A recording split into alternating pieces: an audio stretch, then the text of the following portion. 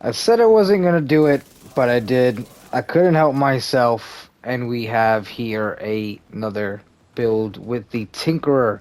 This time we decided to focus on a Hunter's Fury build. I feel like going through the gear sets is pretty cool.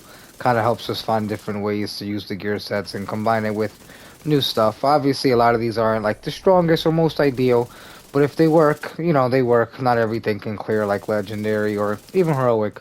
Some builds are just like that. But we'll get straight into this one.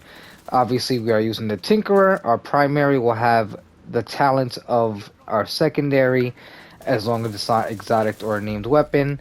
And yeah, I don't think I need to explain it much further. So, so obviously, once we already have the mask slot locked in with the exotic mask, our options are very limited with what we can run with the gear sets. So with this, the struggle was, do I run the backpack or the chest piece? I experimented with both, and I did find the backpack to just be more useful. We'll go through Hunter's Fury real quick. The two piece, we get some SMG damage. That's what we're mainly running, or that's what we are running. We are running SMG, so we're getting that 15% SMG damage.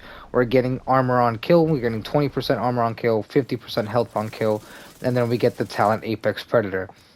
Enemies within 15 meters receive a debuff, and that amplifies our weapon damage by 20% against them. And when we kill any of these enemies within 5 meters, and that amplifies our weapon damage by 5% for 10 seconds. That stacks up to 5 times. So we get a total of, what's that, 45% amplified damage on Hunter's Fury. Pretty nice, works pretty well. It's honestly one of the best gear sets in the game. It's what I use starting off, and honestly using it again now. I was using Striker for a little bit after this, and I had to switch back. I just found Hunter's Fury so much more fun. But now for the backpack, we get the talent Overwhelming Force. This increases the radius of the disorient on Apex Predator from 5 meters to 10 meters. That works out really well. That gives us a little more leeway to, I guess you could say, for lack of a better term, stun an enemy that's a little further away, because it's pretty much what's happening. They're stunned, they're moving around, they're not shooting at you. You kind of have a second. So it's pretty awesome when you can get this spread out amongst more people. So now, as you can see with the attribute, I have it on critical hit damage, and I have a critical hit damage mod on the backpack. Let's quickly go through each piece. On the gloves, I have it rolled to critical hit chance, and I actually switched the core over to a blue core. A little bit more health that helps that armor on kill since we have more armor. It actually comes in very clutch. We gain our armor super fast even though we don't have full blue cores. Next up, we have the knee pads. We have, again, a blue core on that. We wanted some extra armor on here for that armor on kill. And we have this rolled to critical hit damage for the attribute. Now, last but not least, we have weapon damage on the holster and critical hit damage as the attribute. And as you can see here, I've switched the attribute. This is one that I was kind of going back and forth. Do I want more damage, more armor, more damage, more armor? I found that more damage worked a lot better. Now, last but not least is my trusty sidekick, the Grupo chest piece. This thing is probably on like 75% of my builds. It's just convenient.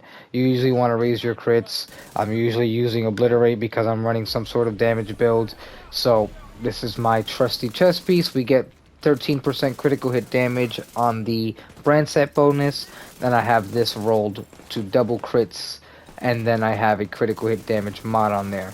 The talent is rolled to Obliterate. This gives us an additional 20% weapon damage. We're at max stacks.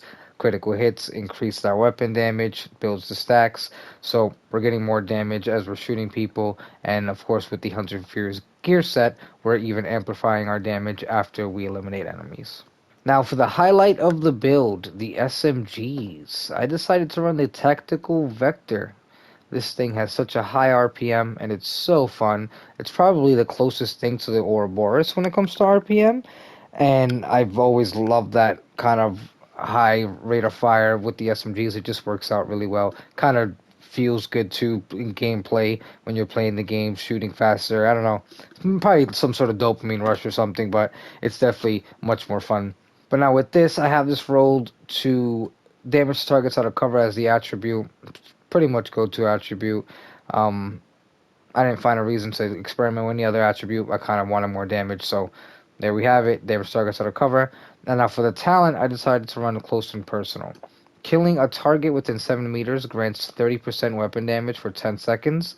I'm sure we'll have some people commenting about number crunchers. Maybe this might not be as good as other talents. I stuck with it just because with Hunter's Fury, we're kind of in people's faces. We want to be close to them, so we're most likely killing people within that distance, and we're getting that 30% weapon damage. Now, for the secondary talent, I had to run Killer because, again, more damage. This is a Hunter's Fury build, so not really much of anything else but damage on this.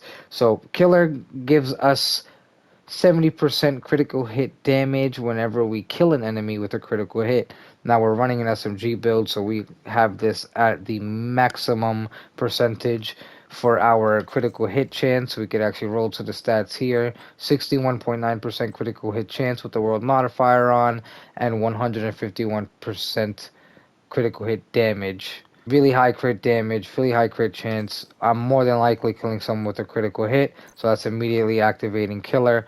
And then if I'm up and close, I'm activating close and personal. Now, to be honest, at least in my experience with the game, with my playstyle, and I guess my skill level, I've found the Banshee Pulse to be kind of what really molds the build together. Having that initial stun in the beginning of an engagement is perfect because you're stunning them, you're getting in close, you're getting all your amplified damage with Hunter's Fury because you're killing that enemy that's up close, and the stacks start building, and you get to your maximum stacks extremely fast. Now, of course, with the Banshee Pulse, I have to be running Gunner, so the mods I have on here are the Radius mod and the Effect Duration mod. These mods come with Gunner, so if you are running Gunner for the Banshee Pulse, yeah, I'm pretty sure you have these mods on. Now, for the secondary skill, I'm of course running the Crusader Shield. We're going to be in people's faces. We're pretty much running and gunning. This is that temporary moment of protection so we can get in and out of the engagement. Now for the mods, I have shield health here, holstered regeneration, and holstered regeneration. I want this thing back as quickly as possible because I'm running and gunning. So having the regen is very good. Obviously, if you have maxed mods, you want to use those. I could probably put some active regeneration on there too, but I decided to go with the shield health. It probably isn't much, but I thought, what the hell, just throw it on, why not? But there you have it. This is my Hunter's Fury Tinkerer build. This is extremely fun. I'm not gonna lie, if I'm not build making for a video, I've been using this. It is so fun. It definitely won't get you through like legendary solo and stuff like that, but typical heroic content, this thing will roll over. And if you're playing with friends, you're a pretty good distraction because you're probably in the enemy's face. But let me know what you guys are running if you are combining the Tinkerer with the Hunter's Fury gear set. It is extremely fun. And let me know what talents you're running on your SMGs if you are running something similar to this. I'm going to leave you all with some gameplay. I hope you enjoy, and I'll see you all on the next one.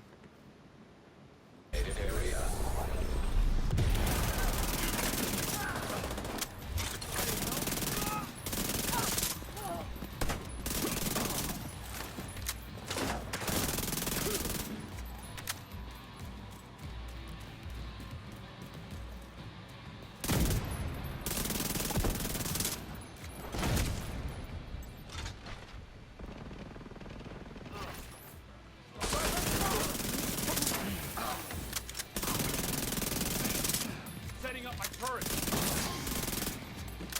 Caution, grenade out.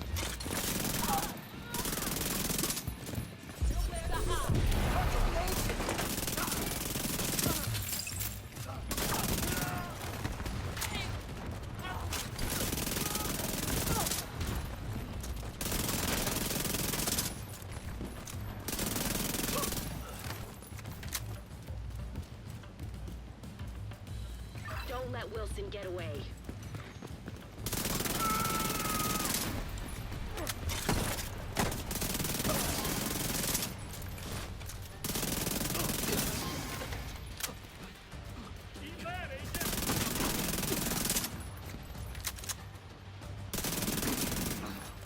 No more contacts. Great work.